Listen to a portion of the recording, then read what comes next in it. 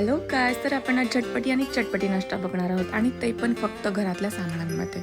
त्यासाठी 1 वाटी पोहा, अर्धी वाटी रवा आणि अर्धी वाटी दही हे लागणार आहे. फक्त दही आणि रवा मिक्स करून घ्यायचा आहे आणि 5 मिनटं पोहे भिजत ठेवायचे आहेत. मग ते पण नंतर ह्याच्यामध्ये मिक्स करून घ्यायचं आहे प्रॉपर आणि त्याच्यामध्ये थोडीशी चिमूटभर मीठ टाकायचं जर चवीपुरतं फक्त. मग त्याच्यानंतर कोथिंबीर आणि मिरचीची पेस्ट करायची, ती पण ह्याच्यामध्ये टाकायची आणि त्याचे बारीक गोळे करून ठेवायचे. मग नंतर ते आपल्याकडे मोदकचं नाही तर मोमोजचं भांडं असतं त्याच्यामध्ये स्टीम करूयाचं व्यवस्थित 5-10 मिनटं. स्टीम झाल्यानंतर याला आपण चांगली अशी चटपटी फोडणी देऊयात. मग त्यासाठी जिरं, मोहरी, हळद, मिरची, परत सगळं जे लागतं आपल्याला जे आवडतं तर ते घेऊ शकतो. मी लसूण पण टाकलेलं आहे ह्याच्यामध्ये कारण मला लसूण खूप आवडतो. आणि मस्तपैकी याला अशी फोडणी दिली आहे, खूप छान वास येतो आणि असंच टेस्टी लागलं.